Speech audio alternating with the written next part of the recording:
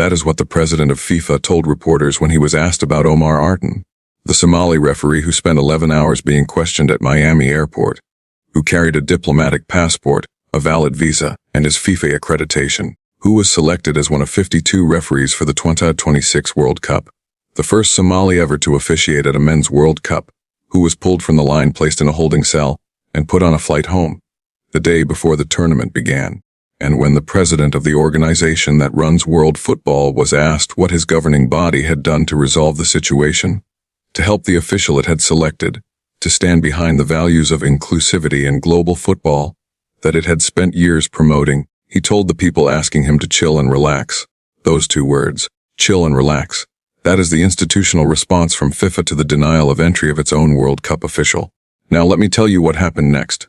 Because on that same morning, the 12th of June 2026, the day after the World Cup opened, two things happened simultaneously that together tell you more about the state of football's global governance than any institutional report or press release ever could. In Salzburg, Austria, the governing body of European football announced that Omar Artan, the CAF Referee of the Year, would officiate the 2026 UEFA Super Cup between Paris Saint-Germain and Aston Villa on the 12th of August, the first referee from the African continent ever appointed to lead a major UEFA final. The stage he was denied by the World Cup host country. The stage that European football chose to offer him instead. And in Miami, the president of FIFA told the world to chill and relax, while UEFA's president was simultaneously releasing a statement saying that football is made to connect people, and that European football wanted to show its respect to Omar and his outstanding officiating skills, while the president of African football was personally thanking his friend Alexander Juefrin for stepping in, while thousands of people in Mogadishu had gathered at a stadium, not for a football match but for a referee, to welcome home a man who had come back without his dream and to tell him he still mattered. Chill and relax. That response from the president of the organization that runs the World Cup has become the sentence that defines the institutional gap at the center of this tournament, the gap between what FIFA says it stands for and what it actually does when the values it proclaims are tested by a real situation involving a real person. FIFA selected Omar Artan. FIFA put his name on the officiating roster. FIFA promoted this tournament as the most inclusive in the competition's history. And when the host country's border agent spent 11 hours questioning its own selected official before turning him away, the president of FIFA told the people who noticed to chill and relax. So what really happened here? And why has Europe's response, immediate, specific, institutional, and deeply meaningful, landed with such force in the football world? Let's go through it in full, because the story of Omar Artan and what followed is not a single episode. It is a sequence of events that began at Miami airport and ended, at least for now, with the most powerful statement any football governing body has made during this tournament. Not in words, in an appointment. Artan arrived in Miami on the 6th of June. He is 34 years old, born in Somalia. He has been on the FIFA International refereeing list since 2018. He officiated the second leg of the CAF Champions League final in the 2025-26 season. He was named CAF Men's Referee of the Year for 2025. He had been selected by FIFA from the entire global pool of officials as one of 52 referees trusted with matches at the 2026 World Cup. He carried a diplomatic passport. He carried his FIFA accreditation. He had the right papers. He had the right visa. Border agents pulled him aside. The questioning lasted 11 hours. It focused, according to Artan's own account, heavily on Al-Shabaab, the militant organization that has operated in parts of Somalia. Not on his football career, not on his credentials, not on his FIFA documentation. On a terrorist organization. For 11 hours, then he was placed in a holding cell. Then he was put on a flight back to Istanbul. The border authorities' statement cited vetting concerns. No further explanation was given. Somalia is one of 39 countries subject to travel restrictions. That, for the border agents, was sufficient. The fact that he was traveling on a diplomatic passport, carrying FIFA accreditation with a valid visa, as one of the sport's most qualified officials, attending an event his governing body was hosting, none of that was sufficient to overcome the vetting concerns that 11 hours of questioning had failed to resolve. FIFA's response at that point was institutional and careful. The governing body confirmed he would not officiate at the tournament. It confirmed it was not involved in host country immigration processes. It confirmed that the decision would not be changed. And then, when its president was asked directly about the situation in the hours after the World Cup opened, he told the people asking him to chill and relax. Now here is where things change completely, because the response from European football was the opposite of chill.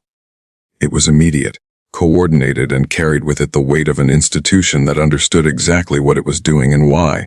UFA's president released a statement that was precise and meaningful in every sentence.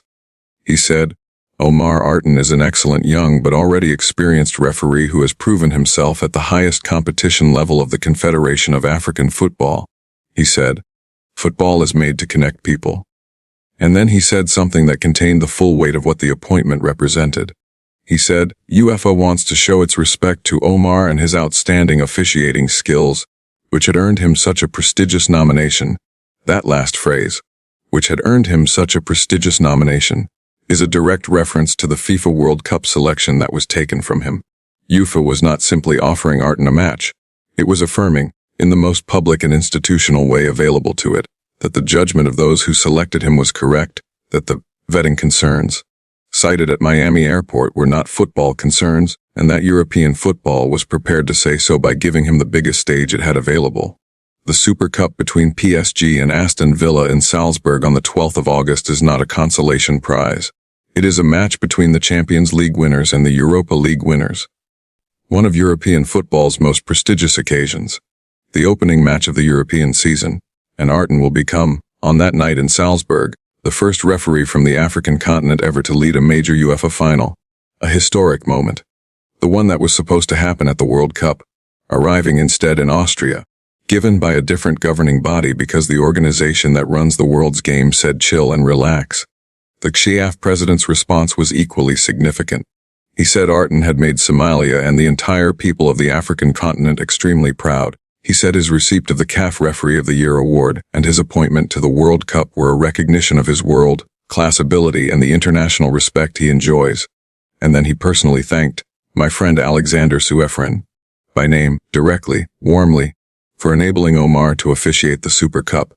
That personal acknowledgement from the president of African football to the president of European football, in public, is a measure of what the gesture meant to the continent, whose official had been turned away. Think about what this sequence of events reveals about the institutional landscape of football right now. FIFA runs the World Cup. It has the commercial scale, the broadcasting arrangements, the prize money, the global platform, the authority to select officials from anywhere in the world and place them at its tournament. It selected Omar Artan. It could not protect his ability to be there. And when he was sent home, its president told people to chill and relax.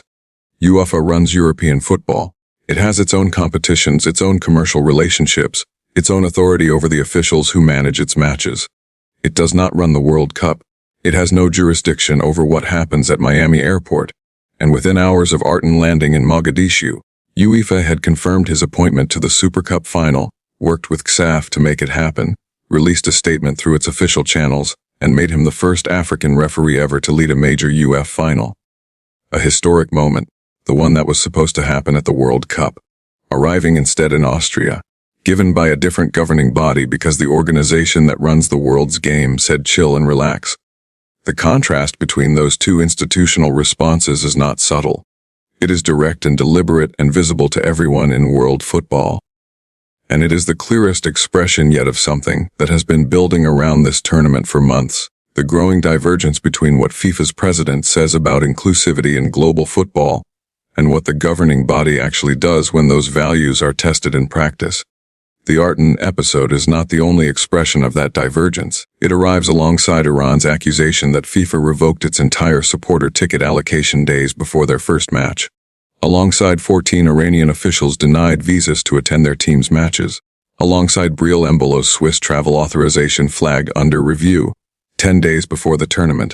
Alongside an Iraqi striker held for 7 hours of phone inspection and a team photographer sent home, alongside formal legal complaints from supporter organizations in Europe accusing FIFA of monopoly abuse in its ticketing practices, alongside 8 UEFA delegates walking out of a FIFA Council meeting earlier this year. The pattern across all of these episodes is the same. A governing body that promoted this tournament as the most inclusive in history, that claimed 500 million ticket requests and universal welcome, that said everyone is welcome, confronted by a series of specific, documented situations in which the gap between those words and the operational reality was impossible to bridge with a statement of commitment or a reference to its human rights framework. Here is the bigger issue. The UEFA appointment of Artan is not just a gesture. It is a statement about where institutional authority in football actually sits when the values the sport claims to hold are put under pressure. FIFA is the governing body of world football. Its authority over the World Cup is absolute, but the authority to say what football actually believes, to act on the values the game claims to hold rather than simply asserting them in press releases, that authority can be exercised by any institution with the will to exercise it. And on the 12th of June 2026, the day after the World Cup opened, UEFA exercised it in Salzburg with a match between PSG and Aston Villa, and a referee from Somalia who had the right papers, the right visa, and 11 hours of questions he should never have been asked. What the European response around this World Cup has looked like in total. The boycott discussions across 20 federation heads, the formal legal complaints filed by supporter organizations, the 8 UEFA delegates who walked out of a FIFA Council meeting earlier this year, and now the UEFA appointment of the official the host country turned away, is not a single coordinated movement. It is multiple institutions in multiple countries reaching the same conclusion through different processes, that the management of this World Cup has not reflected the values it claimed, and that the institutions of football have an obligation to say so through the tools available to them. FIFA's president said chill and relax. UFA's president said football is made to connect people. Those two statements, issued within hours of each other on the same day, are the summary of where this tournament's institutional story stands. And history, the record of what was said by whom when, will decide which of them was right. Omar Artan said it was fate, and that he would attend the next World Cup. In August in Salzburg, he will walk out onto the pitch for the UEFA Super Cup as the first African referee to ever lead a major UEFA final. He will have gotten there the hard way, through 11 hours in a corridor, a flight home, a stadium of thousands welcoming him back in Mogadishu, and a phone call from the president of European football.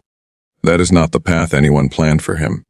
But it is the path that is now his, and the institution that made it possible, quickly, publicly, and with genuine conviction, is not the one that runs the World Cup. If you found this worth your time, a like helps more than you think. Subscribe if you enjoy thoughtful football coverage, and let me know your view in the comments. I read everyone. Football at this scale is never just a tournament. It is a moment in time, and what happened between Miami Airport and Salzburg, Austria, in the space of a week will be remembered long after the final whistle on July 19th.